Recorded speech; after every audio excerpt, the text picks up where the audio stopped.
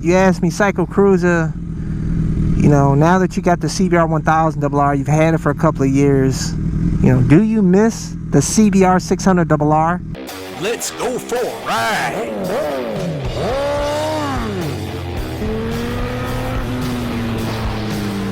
You are watching CycleCruza's all-in-one motorcycle channel. Subscribe today. For those of you guys that don't know, I sold that bike a while, was it like a couple of years ago? And because some of you guys think I still own that bike because you look back at some of my older videos, but no, I tell you guys, this bike is awesome. But we'll talk about whether I missed the CBR600 double fucking R. Okay.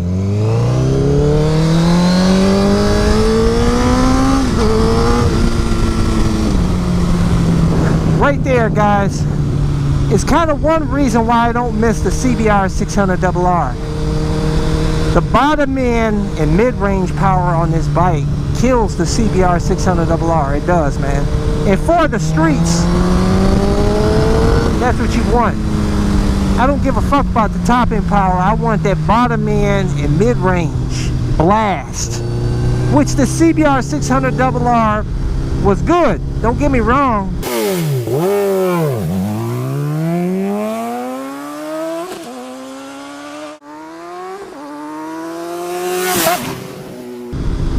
And I even would say that in my past videos. I'm like, dude, you know, it's got all the mid-range you need.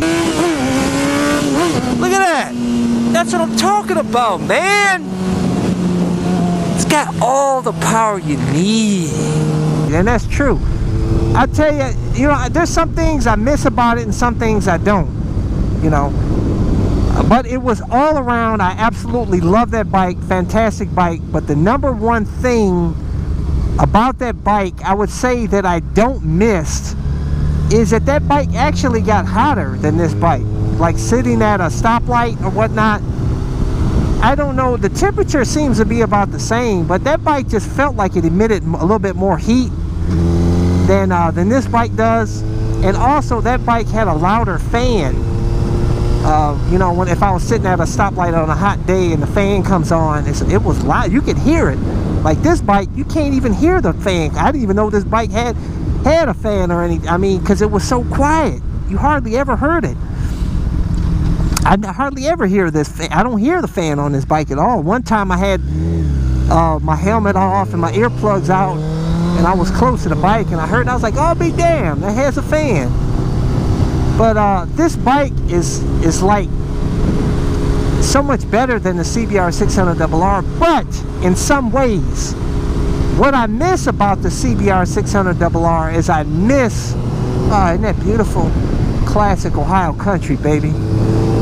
What I miss about it is the thinness of it. Like this bike is thicker in the waist than the CBR600rr.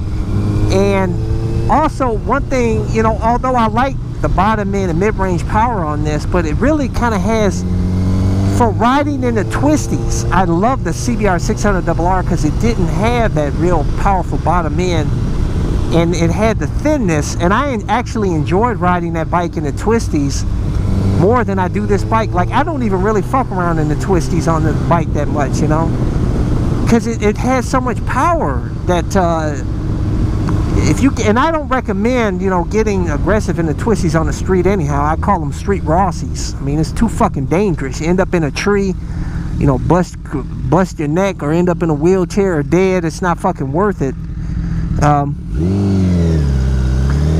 But, you know, even just semi-aggressive, just, you know, a brisk run through the twisties, like I used to do on my 600rr, and it was more fun than this bike. This, like I said, this bike, you got to be real careful on with the throttle on it, man, because if like I said, this doesn't have all the cute electronic rider aids like the new super bikes have, that'll like catch the wheel, you know, the traction control and all that. So you have to be very careful with this bike. Like I said, you get too cute and that rear wheel will get from under you, man, and next thing you know, you have a fucked up day. You know, I've had a couple of slips. You know, I never dropped this bike or anything, but it had the rear wheel slip here and there that I was like, oh shit, man, it's like you got to be careful with this bike. So I actually appreciate the slower bikes, to be honest with you, man. That's why I like the WR250R and the Twisties, because I can really get on that throttle, man, and just, and you know, and it's fun as hell. But this bike, I have to be cautious. Can't get it's too much fucking power for the streets, man. You know. And some of you say, CycleCruza, why did you get the bike then? It's got too much fucking power for you. It's I didn't, you know, I wanted to experiment with it, experience it, and share that with you guys, and let you know how it is. You know, I can compare the 600 and 1000 effectively, and convey that experience to you guys for street riding. You know, if you're not going to do twisties and you're just cranking the throttle in straight lines and shit, you know, like I do a lot out here. The liter bike is great for that. That bottom end power is beautiful and all, but if you live in an area like California somewhere and it's got a lot of cool roads, a lot of twisties, and you enjoy riding aggressive in the twisties, to me you'd be better off on the 600, man. These are street legal track bikes, man. You know, these belong on the track. But even at the track, to be honest with you, I'm not worthy. I'm really not worthy of this bike on the track. And if I do get in the track, I do want to take it to the track. But if I were to get a dedicated track bike, I'd probably give me like the CBR600rr. My cousin right now, he races in Japan. He just moved out there from the States out to Japan not too long ago, and he actually started at the track on a CBR250R, and now he's racing a CBR600rr out there in some amateur events.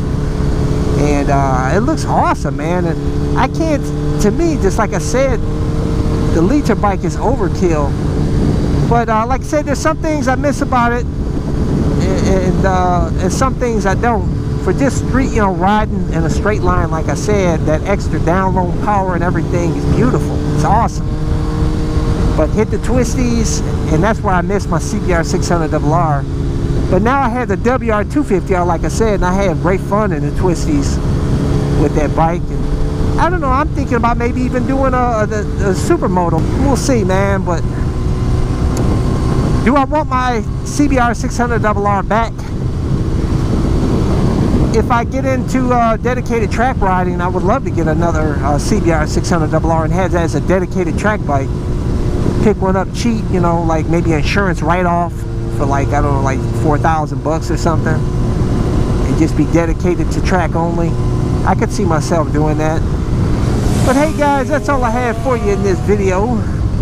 Hey, if you want to see more of my videos, go to my website, CycleCruza.com. Click on the menu tab, My Videos, and all my videos are categorized in a various playlists. And hopefully you can find something that will inform you or entertain you. Hey, hit thumbs up if you like this video. Share this video with your friends. Subscribe to my all-in-one motorcycle channel. Appreciate all you guys. So until next time. Hey, don't forget to check out my other YouTube channel that features the original bug-out moto van that is designed and built by yours truly so that I can live in my van with my motorcycle. So hey, check me out at youtube.com/bugoutmoto. Subscribe today.